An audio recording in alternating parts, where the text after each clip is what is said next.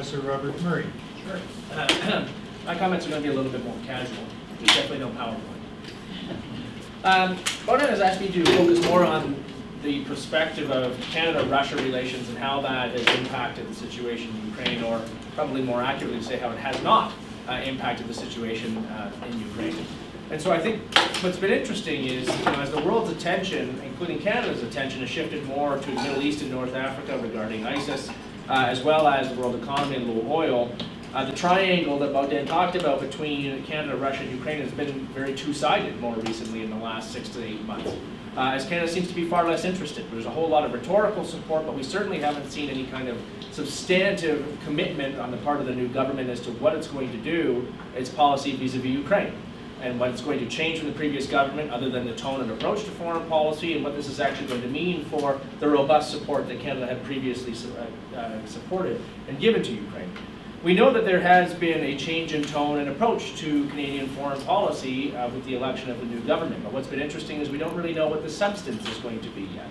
A lot of foreign policy is incredibly tonal. A lot of the changes have been incredibly positive about what the new government is talking about, particularly this idea of Canada being able to re-engage with the international community and to reassert itself in the ways that Canada historically had been successful at projecting itself in the international system and international society, given the complexities of not only the way that international politics are currently evolving, as Rob alluded to, with the emergence of new great powers or those that are trying to assert themselves as great powers, but also the fact that you have Canada as a relatively small, some still say middle power, some say we're actually less than that.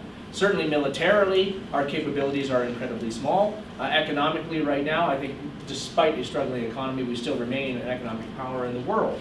So of course we get to this idea that Monsieur Dion presented at the University of Ottawa as to what responsible conviction meant. This is going to be Canadian foreign policy moving forward, predicated on this idea of responsible conviction, which on one hand is a shot at the Conservatives, of course. Mr. Harper's foreign policy label was principled foreign policy. That helped to explain why Mr. Harper was so willing to take strong stances on certain issues, most notably the situation in Ukraine, and of course also, I would argue, with regards to Israel.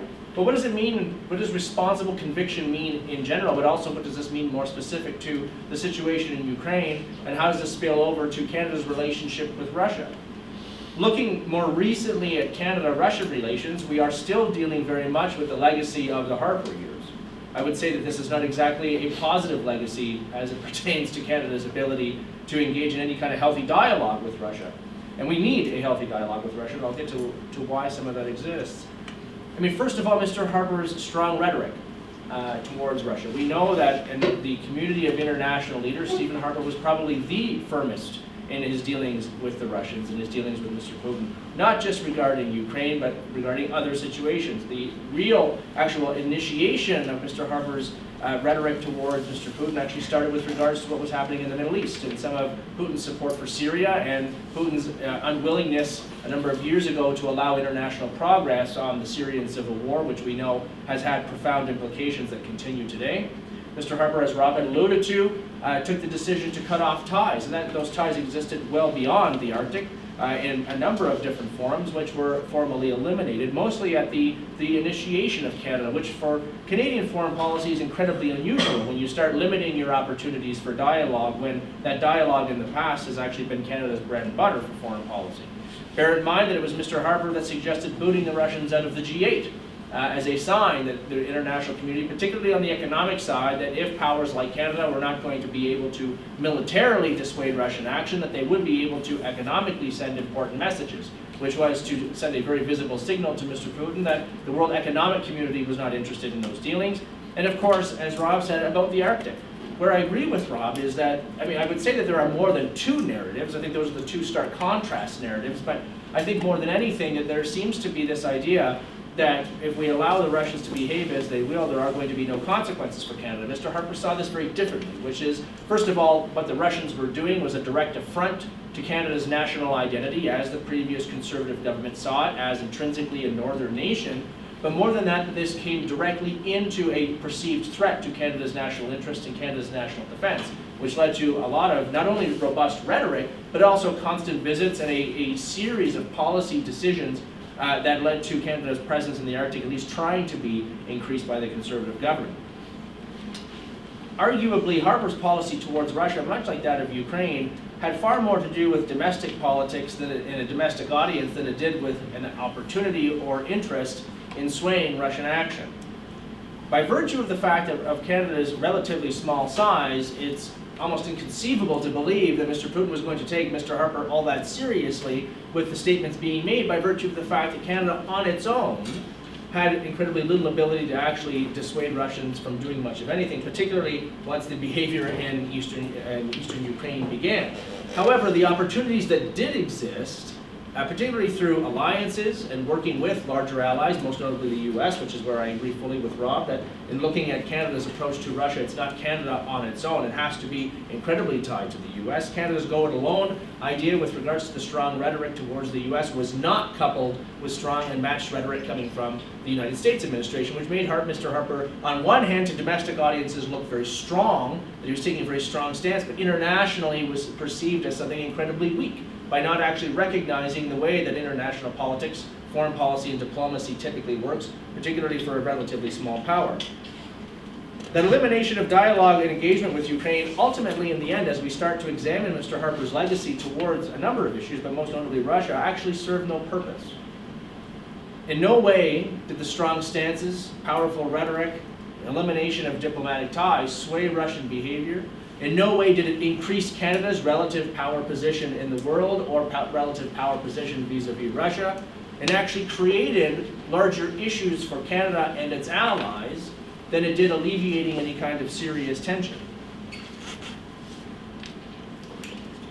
The interesting part, I think, as well, is that in the way that Harper approached cutting off tensions, and he approached the Arctic, and I don't want to overlap too much with Rob, but you tried to use the Arctic to his advantage. Mr. Harper actually tried to introduce the Arctic as that forum through which to confront the Russians. This was part of this idea that we had to take far more seriously what was happening in the North, because Russian behavior in the North matched similarly what Russia was going to be doing elsewhere. But what was also interesting is that the leaders were not the only players here.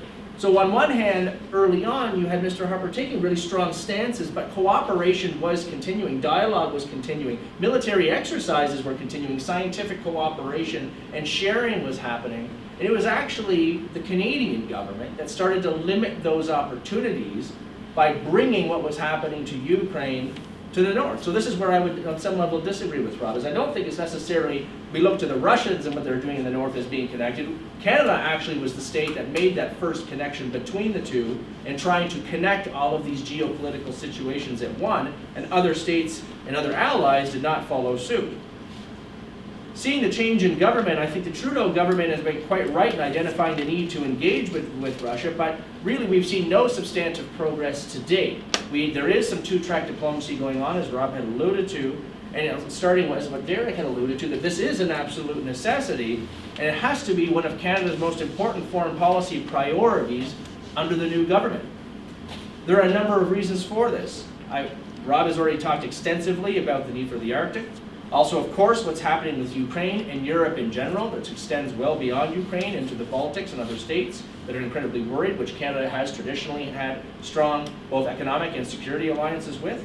What's going on in the Middle East? Canada is also involved in what's happening in the mission against ISIS, and we know that Russian involvement has significantly complicated that particular mission for a number of reasons, most notably Russia's ongoing strong ties and relationships with the Assad regime in Syria, as well as the fact that the Western coalition seemed almost willing to delegate what was happening in Syria and in Iraq, or Syria more than Iraq, to the Russians, and saw this as a possible solution if military sharing, information sharing could take place.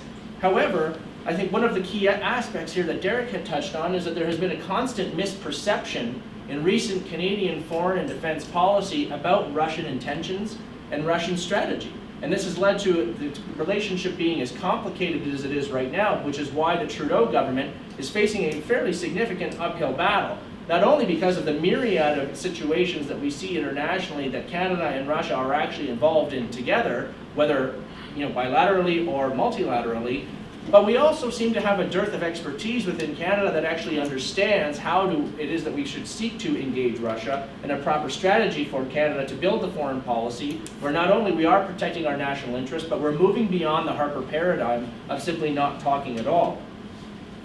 Of course, we know that Canada's support for Ukraine during the Harper years hurt relations with the Russians, but I would argue that not only did Russia not care, but Mr. Harper used that to his advantage to try to escalate some of that discussion for the domestic political audience. I don't believe in any circumstance, and this has to be an integral component to Canada's development of an engagement strategy with Russia. I do not believe that Russia sees Canada as a serious threat or a serious international player by virtue of the way that Canada portrays itself internationally, and of course, hard power militarily has not taken steps to in any way try to counterbalance Russian behavior either in Eastern Europe, but most notably in the North.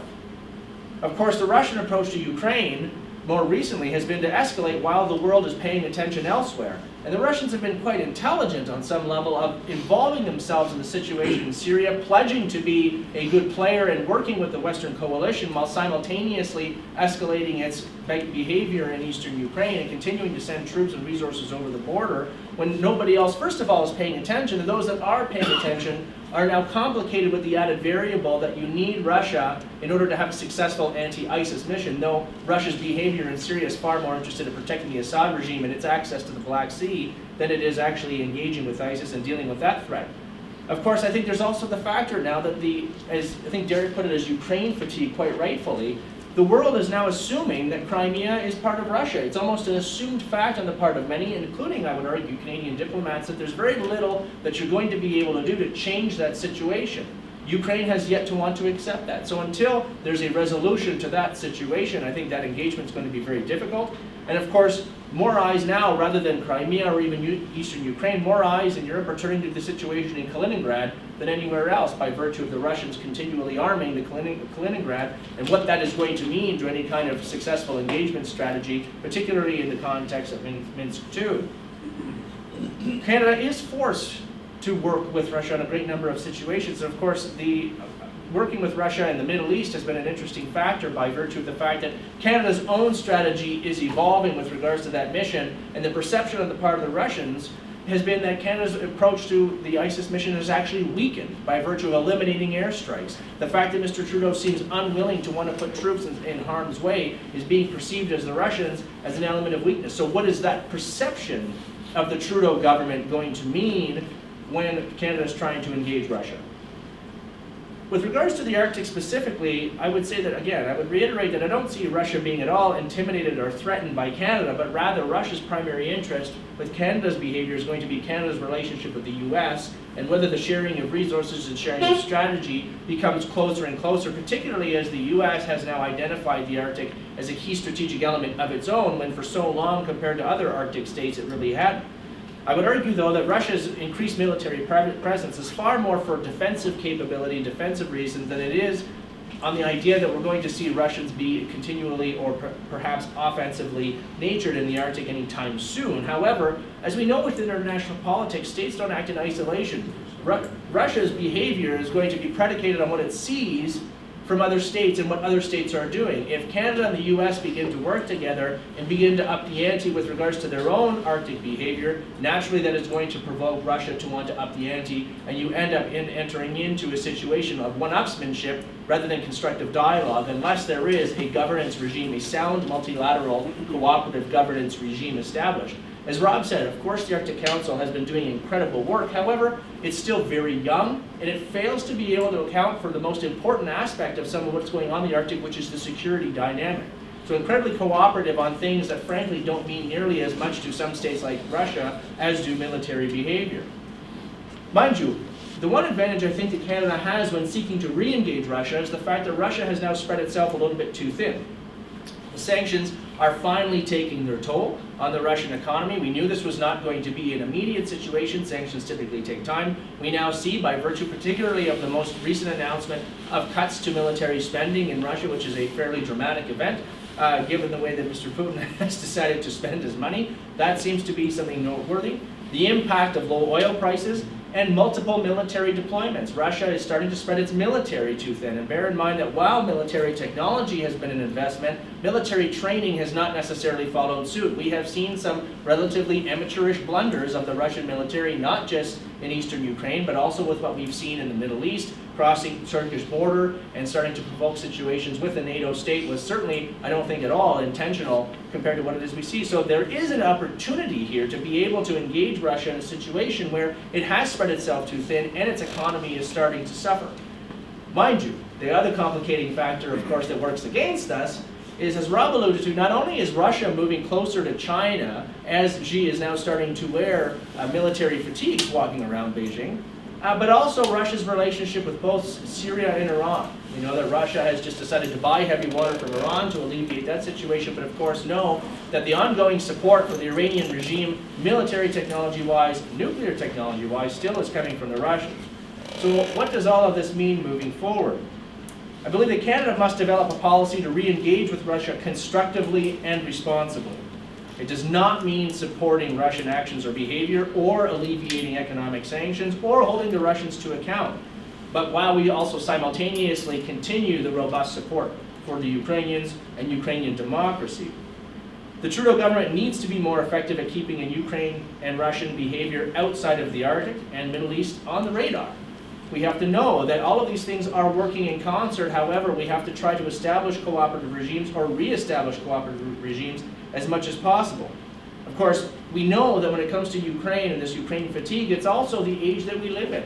We have hashtag humanitarianism, where people's memories are incredibly short. When you see something immediate on Twitter or on Facebook, and a week later we've moved on to the next crisis, the next fashionable crisis, which is exactly why the situation in Ukraine is not resolved the way that it should be to this point. Of course, it is also difficult in developing a sound policy towards Russia while Canada is undergoing reviews of its defense and foreign policy strategy, which Russia is perceiving as weak, particularly as the new government does not seem interested in either meeting or increasing spending on Canada's military. So what is that going to be able to do to Russia's perception of Canada, which is going to be a key part of that engagement opportunity and engagement strategy? So realistically, the opportunity for Canada to best impact Russia's behavior through its engagement strategy, I believe, would be through multilateral institutions and diplomacy. And I think if there is an ideal forum for this to be able to actually be played out, it would be in the Arctic, precisely because while it's not different than the rest of the world, thus far it has remained mostly cooperative and there are ties that already exist. I would try to build on that and extend that type of relationship elsewhere. Thank you very much.